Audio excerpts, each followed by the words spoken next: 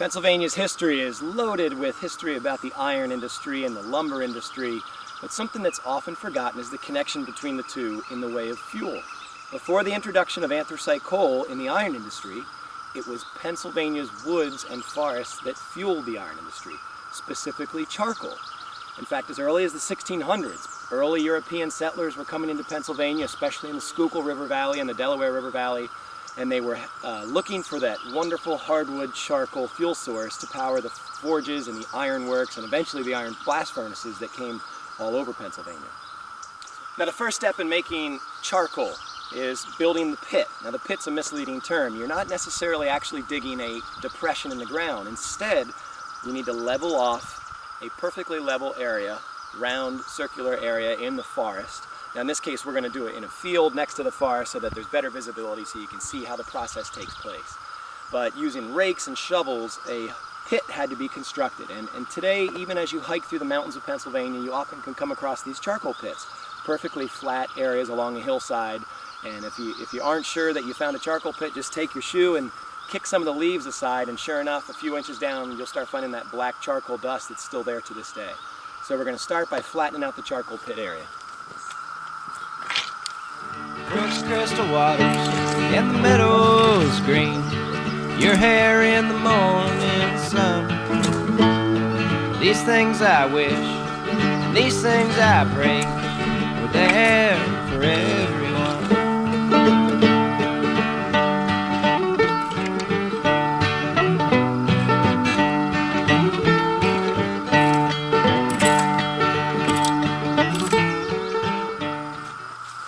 Now that the pit is all prepared and we've got our dirt and our charcoal dust all in a ring around the area, we need to make the chimney first. Chimney's going to be a triangular, three-sided stack of wood inside.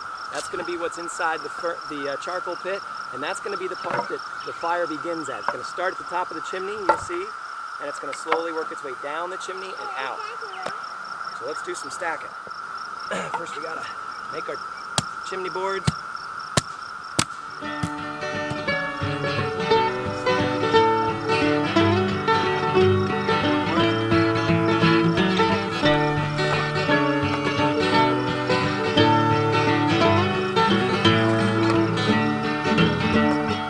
Many days come, many days go, many days fade away.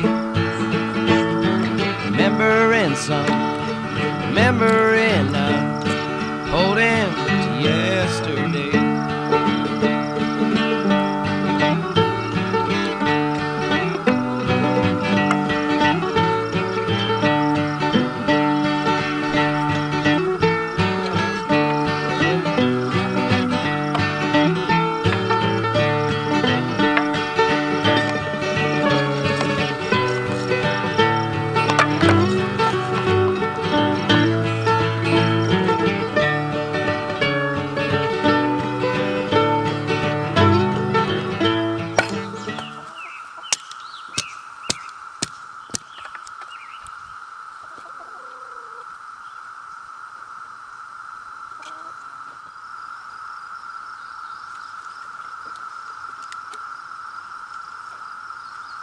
The Fagan pole is a green sapling, and I'm going to insert this down into our chimney, and then I'm going to stack kindling, dry kindling wood all around this Fagan pole. Once the pit is actually firing and charring, the Fagan pole is going to serve a couple purposes. First of all, it'll help me know where the geometric center of this pit is. I'll be able to visibly see the center of this pit as it starts to change and reel and shift. But the other thing I can do with the Fagan pole is as the pit is firing over the next few days, I'll be able to climb to the top of the pit, and I'll be able to pull the Fagan pole out and use it a bit to be able to see visibly how far down the charring has taken place. And we'll be able to watch over the next few days as it chars and then insert it back into the bottom of the pit, cover it back up. So that's the purpose of the Fagan pole.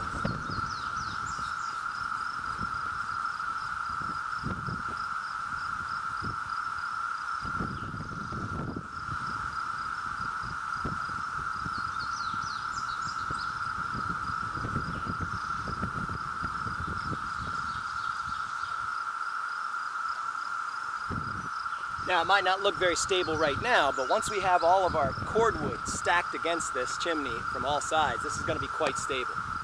And now we want to start dropping our kindling wood down inside the center of our chimney.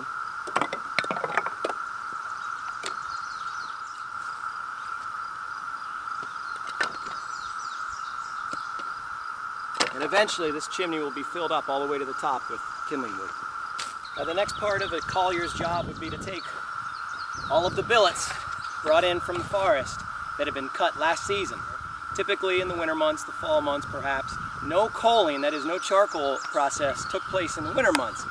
Colliers often referred that the winds were just too strong and that the storms made it too unpredictable to be able to make charcoal. Spring and summer were predominantly your charcoal months. Some colliers did work in the off-season as woodcutters, but in a lot of cases the woodcutters were an entirely separate sector of employment. So they would bring in the billets of oak, chestnut, ash, hickory, some pine, but predominantly it was hardwoods that made for good iron, or for good charcoal for iron production. So the billets would be brought in, they'd be stacked all around the pit, all around the ring, and then the collier will begin taking carefully selected billets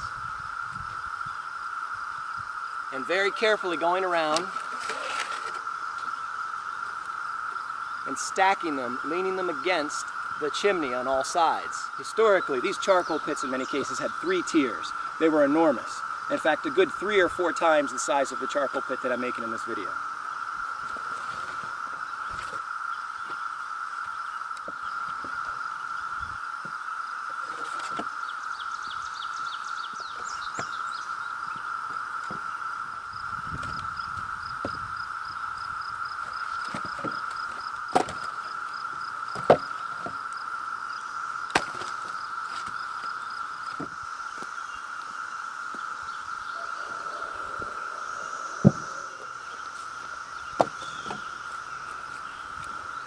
Now the next part of the coaling process is going to be to take our pile of wood here with the chimney and the Fagan pole in the middle and cover it with an entire layer of leaves.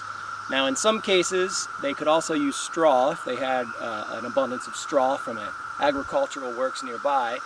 But what you want to do is cover the entire pile with leaves or straw, and that's going to create a barrier between what will eventually go on top of the pit, which will be dust and dirt, and the wood that's down inside. You don't necessarily want that dirt working its way down inside the pit.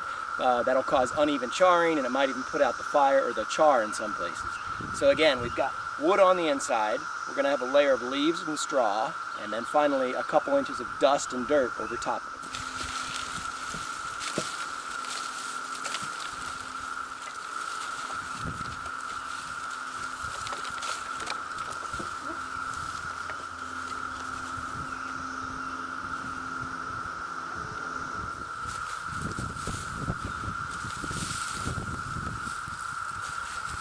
Now that we're done spreading the entire pit, covering it with leaves and covering it with straw, we're finally ready to start shoveling the dust and the dirt on top.